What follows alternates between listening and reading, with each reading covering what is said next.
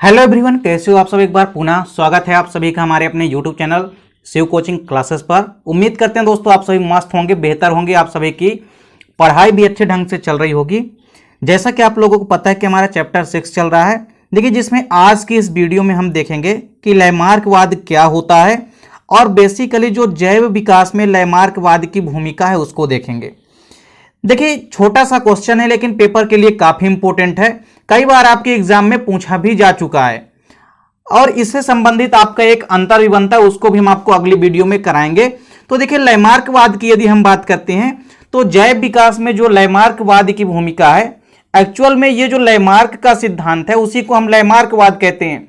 ये जो लैमार्कवाद है, देखिए बात करते हैं यदि हम किसी भी सिद्धांत की या जैव विकास से संबंधित जितने भी अनुप्रयोग हैं, तो चूंकि जैव विकास से संबंधित तो बहुत सारे प्रयोग किए गए हैं, लेकिन जो लैमार्कवाद का प्रयोग है, लैमार्क की यदि हम बात करते हैं तो ये प्रथम ऐसे व्यक्ति थे जिन्होंने जैव विकास को विस्तार पूर्वक समझाया। इसके पहले जिन्होंने समझाया उन्होंने उतना विस्तृत रूप से नहीं समझाया, लेकिन लैमार्क जो है ऐसे प्रथम व्यक्ति थे जिन्होंने जैव विकास को विस्तार पूर्वक समझाया। और लैमार्क से आपको एक चीज और भी याद आता होगा कि जो ये हमारा बायोलॉजी टर्म है इसको भी किसने दिया था, तो लैमार्क ने दिया था। और इसके साथ एक और साइंटिस्ट थे जिनका नाम था ट्रेवेरिनस। इन दोनों ने मिलके बायोलॉजी टर्म का यूज किया था, यानी बायोलॉजी जो शब्द है इसको दिया था। तो देखिए लैमार्कवाद यदि हम देखते हैं तो लैमार्क प्रथम ऐसे व्यक्ति थे जिन्होंने जैव विकास को विस्तार पूर्वक समझाया और जिसे ही हम लैमार्कवाद के नाम से जानते हैं। देखिए लैमार्क का एक्चुअल में जो सिद्धांत है वही क्या कहलाता है, लैमार्कवाद। देखिए लैमार्क ने अपने जो भी सिद्धांतों का उल्लेख किया उन्होंने उसे एक बुक में प्रकाशित किया जिसका नाम है फिलॉसफिक जूलॉजिक। तो ये जो फिलॉसफिक जूलॉजिक बुक है लैमार्क की, इसी बुक में इन्होंने अपने जो भी सिद्धांत बनाए उनका उल्लेख किया, इसी बुक में उन्होंने क्या किया, उनको रखा। तो बेसिकली जो है ये जो फिलॉसफिक जूलॉजिक है, ये बुक का नाम भी आपको याद रखना, क्योंकि कई बार पूछा भी जाता है कि जो फिलॉसफिक जूलॉजिक बुक है इसके लेखक कौन है, राइटर कौन है, तो ये आपको बताना है।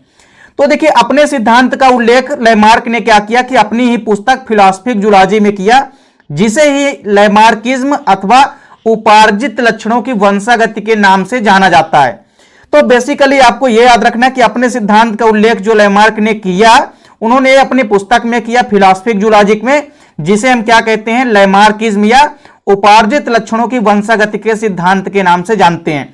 मतलब जो लैमार्कवाद का सिद्धांत है उसे हम उपार्जित लक्षणों की वंशागति का सिद्धांत भी कहते हैं। एक क्वेश्चन आपका यहां से भी बनता है, कई बार आया करता है कि उपार्जित लक्षणों की वंशागति का सिद्धांत किसने दिया, तो यह आपको याद रखना है कि लैमार्क ने दिया था। देखिए 3-4 यहां पे लैमार्कवाद से संबंधित प्रमुख बिंदु हैं जो कि आपके एग्जाम में आपको हूबहू इसी तरह आपको लिखना है।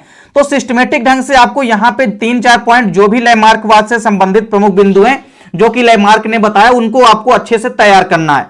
चलिए लैमार्कवाद से संबंधित प्रमुख बिंदु देखते हैं। सबसे पहली बात उन्होंने क्या कही कि सभी प्रकार के जो जीव होते हैं उनमें निरंतर स्वयं का एवं अपने शरीर में पाए जाने वाले अंगों में आकार को बढ़ाने की प्रवृत्ति पाई जाती है। मतलब कोई भी जीवधारी यदि है तो उनमें निरंतर यानी लगातार स्वयं का एवं अपने शरीर में पाए जाने वाले अंगों का, उनमें जो आकार होता है, साइज होती है, उसको बढ़ाने की प्रवृत्ति यानी कि क्षमता पाई जाती है।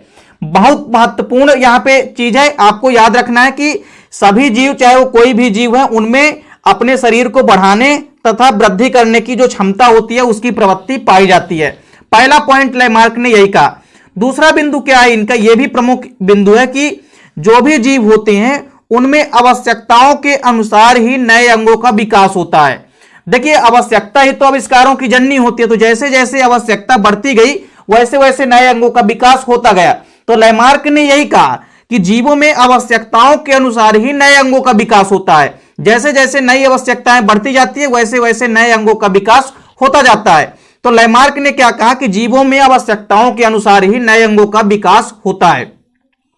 इसके बाद देखिए तीसरी महत्वपूर्ण चीज क्या है, उन्होंने यह कहा कि यदि कोई भी जीव है तो जीव जिन अंगों का निरंतर उपयोग करते हैं वह अंग अधिक विकसित हो जाते हैं और जिन अंगों का उपयोग निरंतर नहीं करता है जीव वह अंग अविकसित रह जाते हैं। यह काफी इंपॉर्टेंट चीज है दोस्तों, क्योंकि यह आपके एग्जाम में ऑब्जेक्टिव में भी यहां से क्वेश्चन बनाता है। देखिए यहां से क्या क्वेश्चन बनाते हैं कि जो अंगों का प्रयोग व अनुप्रयोग का सिद्धांत है इसको किसने दिया। यह चीज आपको याद रखनी है। तो किसने दिया था? लैमार्क का नियम है। लैमार्क ने क्या कहा था कि कोई भी प्राणी जिस अंगों का ज्यादा उपयोग करता है वह अंग ज्यादा विकसित हो जाते हैं और जिन अंगों का उपयोग कम करता है वो कम विकसित रह जाते हैं। तो यह काफी इंपॉर्टेंट बिंदु है, इसको भी आपको तैयार करना है। अगला इंपॉर्टेंट बिंदु क्या है कि जीवों के संपूर्ण जीवन काल में जो भी उपार्जित लक्षण होते हैं उस जीव की आने वाली पीढ़ी में वंशानुगत ही हो जाते हैं। मतलब पीढ़ी दर पीढ़ी लक्षण जो है अनुवांशिक रूप से ही ट्रांसफर हो जाते हैं। ऐसा किसने कहा? लैमार्क ने कहा। उन्होंने क्या कहा कि जीवों के यदि संपूर्ण जीवन काल में जो भी अर्जित लक्षण है वो अगली पीढ़ी में वंशानुगत ही हो जाते हैं। तो यह भी काफी इंपॉर्टेंट बिंदु थी। तो लैमार्कवाद जो है छोटा सा है जिसको आपको तैयार करना है। पेपर में आपको एग्जैक्ट इतना ही लिखना है। पेपर में आपके 3 या 4 नंबर के क्वेश्चन में कभी कभी पूछा जाता है कि जैव विकास के संबंध में लैमार्कवाद की भूमिका को समझाइए। तो आपको बस इतना ही बताना है कि लैमार्क ने जो भी अपना सिद्धांत व उल्लेख दिया उनको उन्होंने अपने पुस्तक फिलोसफिक जूलॉजी में उसका वर्णन किया, जिसे हम क्या कहते हैं? लैमार्किज्म या उपार्जित लक्षणों की वंशागति के सिद्धांत के नाम से जानते हैं। तो लैमार्क के सिद्धांत को हम लैमार्कवाद भी कहते हैं।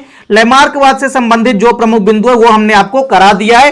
तो उम्मीद करता हूं दोस्तों वीडियो पसंद आई होगी। मिलते हैं दोस्तों नेक्स्ट वीडियो में, तब तक के लिए जय हिंद, वंदे मातरम।